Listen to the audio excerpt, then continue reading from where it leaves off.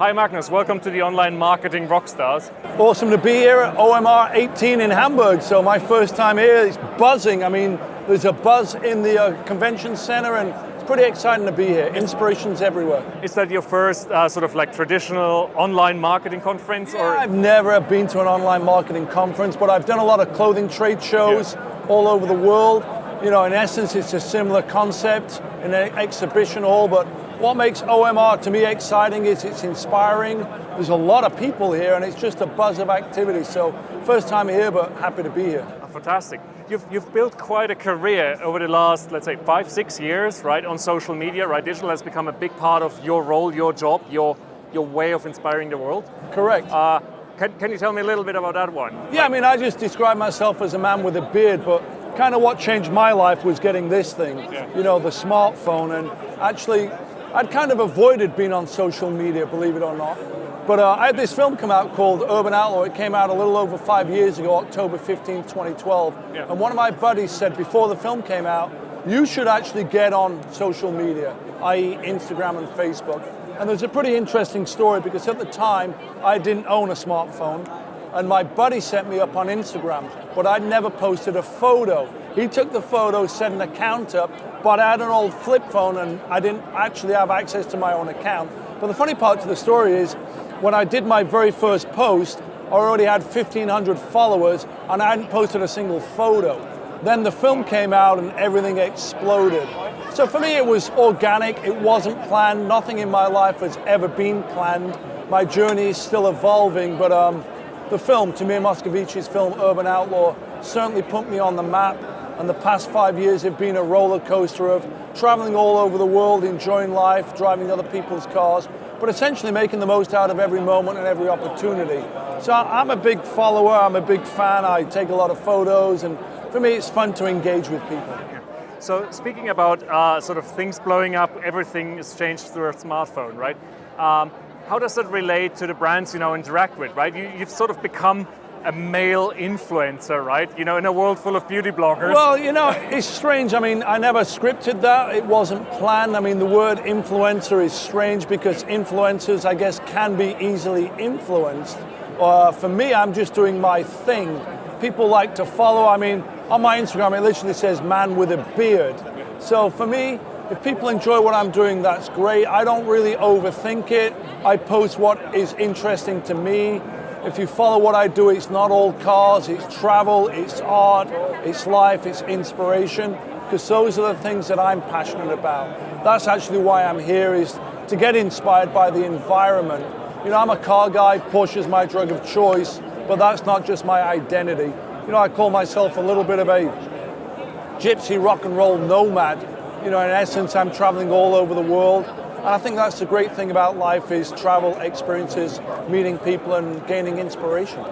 What do you say? Because you mentioned something very interesting, which was that you do what you want. And a lot of stuff that's currently criticized with social media, that everybody's just trying to be someone. Well, you just said, you just are you. You do what you like, you post what you are passionate about. The way you build your cars is very much you, and then let's see where that goes. Do you think you're sort of the vinyl record to a world of Spotify, or how would you describe yourself? I think to keep it simple, I don't want to repeat myself, but man with a beard, rock and roll gypsy. But for me, I've always just attempted to do things that I love and haven't really worried too much about pleasing other people. The cars that I build are my own interpretation of my own style. The three things that I've done in 30 years of living in Los Angeles, I left England when I was 19, moved to LA in 1986, so I spent almost 32 years in LA. LA to me represented freedom, the ability to be able to do whatever I wanted to do. And I always revert back to when I was a kid. Someone would say, where do you see yourself in 5 years? I had no idea. I still don't know. People would also say to me, cut your hair and get a real job if you want to get ahead in life. Well, I haven't cut my hair 35 years later, and I don't think I've ever had a real job. I've always done work for myself, but it's always things that I've been passionate about. And the three things that I've done in the past 30 years, fashion design, property development, and playing around with Porsches, each one is its own artistic representation of my own style. I'm not trying to emulate something that came before. Naturally, I'm influenced by everything that came before and everything that's around. But for me, when it comes to branding, this has all happened organically, and it's evolved a little bit over time. Yeah. So for me, it wasn't like I set out to become a marketeer. I just did what I enjoyed, posted photos, and people related to it. So I think my story is relatable. I had a dream as a 10-year-old when I fell in love with Porsche. I never gave up on that dream. That's a common bond equalizer that people from all over the world can relate to, is everyone has a passion and a dream, but not everybody follows it. The great thing about the OMR Festival is all the dreamers and thinkers are here together. With guys like Adobe, you're bringing them together. You know, we've all got Photoshop and figured out how to manipulate photos and tweak things, but for me, mostly I just shoot raw. Yeah. My phone has over 110,000 photos on it. You know, it's pretty crazy if you look at this. You know, you go to photos, look how many I have, 112,000.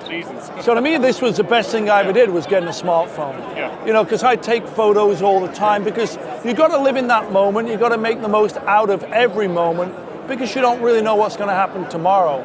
And I never want to be in the position where I said, hey, I wished I'd done that. Yeah. You know, I'm just going to do it. So what you're describing is, I think, very close to the essence of Adobe as a brand, right? It's creative, it's about self-expression, it's about making things an experience. When you mentioned marketeers, right? And I remember the days where marketeers were very careful about how they built their brand and, you know, what you could say about it and who was allowed to use the logo. Right. All of a sudden, Magnus comes along, in a way, right? Owns that brand, brings a community, probably sells cars by just talking about cars that you can't even buy anymore, as in like as new. Right. So how do you think the ownership over brands and passion has changed in that? Well, it's interesting. I mean, for me, I call this my Porsche collection out of control hobby. I'm not an independent tuner, I'm not a performance shop, I don't build customer cars. You can't come to me and have me build a car for you. But the interesting thing is, I do talk about Porsche because it's my drug of choice, it's my religion, and I think they realized through the film I have something that you can't actually put in a bottle and market, that is passion. And I talk about passion all the time because I'm a passionate guy, and for me it comes from within the heart and the soul and the gut. So it's an interesting time that, you're right, people were very protective of brand identities. People say that I built a brand, maybe I have, but it wasn't intentional. I'm not actually really marketing anything, I'm just sharing my life experience, and people are relating to that in some form. I did this thing called a TED Talk a couple of years ago, and of everything I've done, it's been viewed the most, over 6 million times. I get people email me weekly that have been inspired in some small way by my story. Now, that is more inspirational to me than people saying, hey, I love the cars that you build. You know, I built quite a few cool cars, and I carry one around with me all the time. This one. I love that but one. Yeah. What is more inspiring is when someone sends me an email saying they watched the TED Talk and they've decided that the career that they're in isn't something they're passionate about. Yeah. They want to go home and brew bourbon in their backyard garage, and they're going to start a distillery like Moonshiner in their garage. To me, that's way more inspiring, because in some way I've changed that person's life or affected change in their life. But that was never intentional. All these things have come to me organically. The film, the TED Talk, the appearance here, the opportunity to talk to Adobe about life and branding and marketing. I don't really know anything about that. I'm just in it, doing it, not overthinking it. I think sometimes people overthink and ask too many questions. For me, I'm that one-man army where I just post what feels right to me in the moment. I don't think about what the ramification may be down the road. And I think that's the key, is move quick, keep it simple, which is easier if you're a one-man operation, maybe not quite as easy if you're a big multi-billion-dollar-a-year company. But this is in a day of age where everyone's an entrepreneur, everyone's sort of doing what they're passionate about. You may call them marketeers, influencers, but to me it's just, I'm making the most out of life. If you like what I'm doing, come along for the journey. The journey is about life, and just enjoying it to the fullest. You've just released this book. It's now available in German.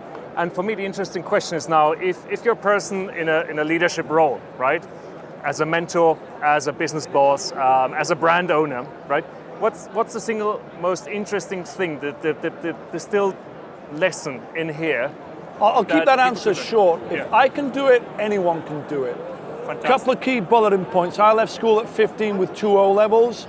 Took a leap of faith, went to America when I was 19, borrowed £100 from my mum, worked on a summer camp with kids, and started my journey. That was freedom, not really having to answer to anybody, learning from my own mistakes, but doing things my way. So if there's a teachable element that you could take from what I've done is stay motivated. First of all, try and find a passion. Stay motivated, dedicated, never give up. Ask for advice. Obviously, my journey has been helped along the way because I'm not afraid to ask people that know more than I do. But essentially, just keep it real, stay true, and never, ever give up. It's kind of a simple motto, but it worked for me, and if it can work for me, it can work for anybody. Love that. Should we drink to that? I say we drink to that. Fantastic. Well, as we say in Germany, Prost, cheers, and Skål. That's pretty good right there. Fantastic.